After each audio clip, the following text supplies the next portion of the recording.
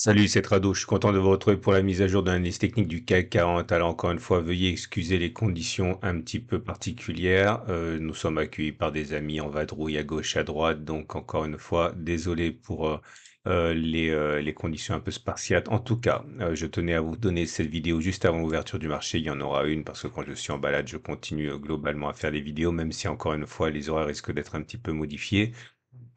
Le CAC 40 continue d'avancer sans connaître de résistance particulière et on est à plus quelques dizaines de points du record absolu qui a été touché le 21 avril.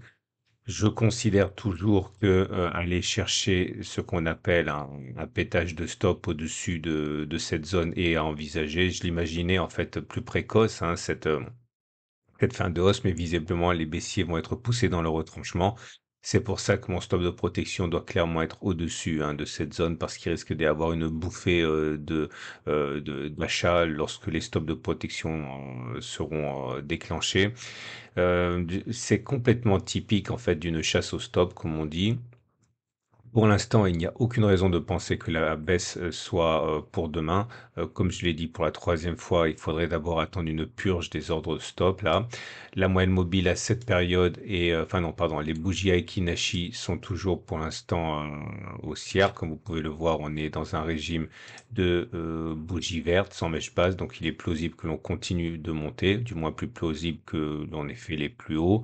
Le three line break là aussi est complètement euphorique. Alors, je ne compte même plus les blocs verts, mais vous voyez que si vous aviez suivi la tendance donnée par le three line break depuis que le premier bloc a été ouvert, c'était un véritable carnage pour les baissiers sans trouver moyen, encore une fois, d'inverser la tendance.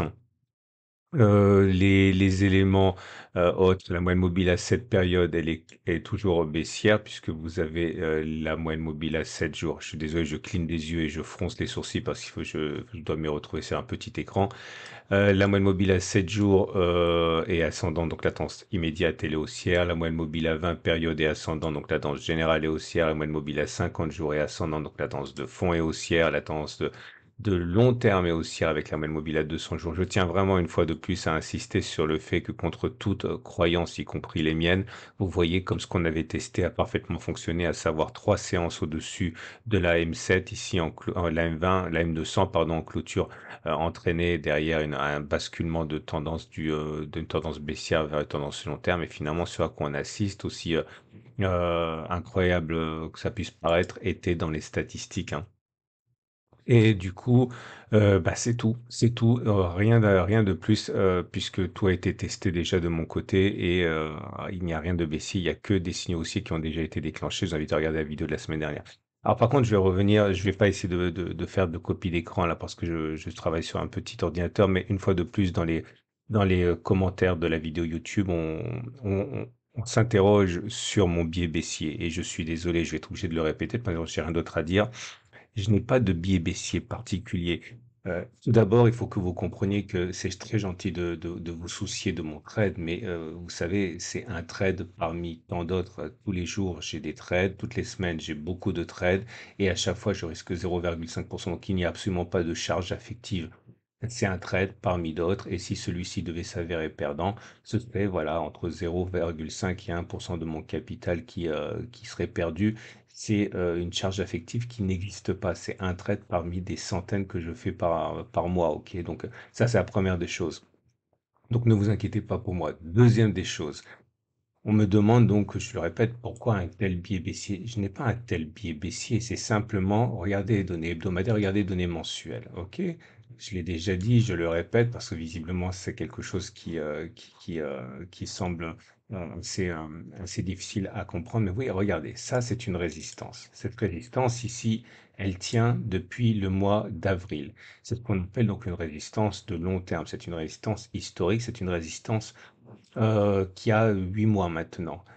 Les tendances c'est le cas de le dire, ont tendance à respecter les unités de temps supérieures et les repères graphiques supérieurs. Ce n'est pas la queue qui remue le chien. Lorsque vous avez une tendance qui est haussière sur les données journalières, normalement, elle subit l'influence des, supports et des résistances tracées sur une unité de temps super. Un autre exemple, c'était là, regardez ce rebond qu'il y a eu ici, il n'a pas eu lieu au hasard, c'était un rebond qui a eu lieu sur un support qui avait été tracé sur les données mensuelles. Regardez ici, vous aviez une zone de congestion et c'est sur ça que l'on a rebondi.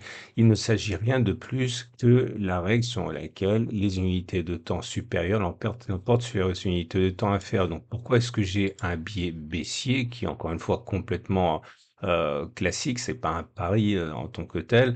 C'est tout simplement parce qu'on est au contact d'une zone de résistance tracée sur les temps supérieurs. Et quand on revient sur les données journalières, vous voyez bien que cette zone grise que j'ai fait figurer ici est une zone qui, normalement, statistiquement, encore une fois, devrait s'imposer. Donc la seule chose, c'est que puisqu'il s'agit d'une résistance tracée sur une unité de temps supérieure, cela signifie qu'elle a jusqu'à la fin de l'unité de temps supérieure pour se faire respecter, ou encore si vous préférez, si je reviens sur les unités, par exemple hebdomadaires, on peut très bien avoir une excursion par-delà la zone, mais qui finalement serait respectée en fin de mois, puisque c'est une zone tracée sur une unité de temps supérieure. Vous comprenez? Une mèche comme ça assassine qui finalement, ferait que l'on réintégrerait en clôture cette zone. Donc c'est la chose qui m'importe le plus. Je vous montre un autre exemple parce que regardez là. OK, je reviens sur les données mensuel. Pour le coup, je sais que certains l'ont déjà compris, mais visiblement, c'est une chose sur laquelle j'ai pas vraiment insisté. Regardez là. OK? Ça, c'est un support tracé sur les données mensuelles. Et regardez ce qui s'est passé ici. On en est sorti, mais on a finalement clôturé à l'intérieur. Donc, si je reviens sur les données journalières, vous allez comprendre ce que ça veut dire. Ça veut dire que l'on en est sorti ici. OK, mais ces contacts par-delà la zone, comme cette bougie rouge ici, sont gommés au niveau, des graphes mensuels, c'est-à-dire que ça se transforme simplement en mèche et c'est un petit peu le problème que j'ai pour mon stop de protection. C'est-à-dire que oui, j'ai un biais qui est baissier. Oui, je considère que cette zone devrait, poser problème au haussier, mais le stop des 7 656 ici est très important à mettre correctement parce qu'on risque d'avoir une sortie avant finalement d'avoir une réintégration quelque part dans le mois de décembre. C'est comme ça que je vois les choses et c'est pour ça également que même si, normalement je suis pas pour changer mes stops ou ne pas les modifier, je vais être obligé de tenir compte de cette variable. J'ai rentré, bon vous le savez, je le répète, hein, j'ai rentré un demi-risque ici, un demi-risque là, donc 0,25 de mon capital ici, 0,25 de mon capital là, si le trade est perdant. Clairement, ça veut dire que Votre rendez-vous avec IG. IG, bien plus que du trading. Une équipe d'experts à vos côtés. si 7 656 sont touchés ici, j'aurais perdu 0,25 de mon capital sur la position que j'ai entrée ici et également sur celle-là. Donc je perds pas grand-chose, mais je veux pas risquer de me faire déclencher en stop alors que finalement j'aurai un scénario qui est juste. Donc voilà, je peux même décider de mettre mon stop là, voilà, je le double, c'est-à-dire que je risque 1 de mon capital, ce qui est complètement OK. Donc voilà, je vais faire ça. Donc je vais modifier un petit peu. Alors faut que je calcule ça précisément, mais l'idée, en fait, c'est que mon trade serait, à mon sens, perdant si on devait clôturer à la fin du mois au-dessus de la zone grise. Mais je peux pas non plus me permettre d'attendre une clôture à la fin du mois parce qu'on risque de, si ce n'est pas une fausse cassure, mais une vraie cassure et qu'on se retrouvera à la fin du mois ici, ça serait une perte qui serait bien plus important au 0,5 à 1 de risque que je m'autorise. Donc, je vais essayer de couper la poire en deux. C'est-à-dire que mon stop loss, il est à peu près ici, mais je laisse le cours respirer tout au long du mois pour éventuellement laisser la chance au cours de finalement redescendre et clôturer ici. Et on va dire que je vais mettre ce qu'on appelle en trading un stop loss d'urgence à 1 de mon capital. Je dis n'importe quoi, mais parce que je le fais rapidement. Si les cours arrivent là, j'aurais perdu 1 de mon capital. Je vais donc sortir en urgence parce que je ne vais pas prendre plus de risques que ça. Mais à la fin du mois, c'est bien cette zone-là que je regarderai pour voir si on clôture en respectant cette barrière ou pas.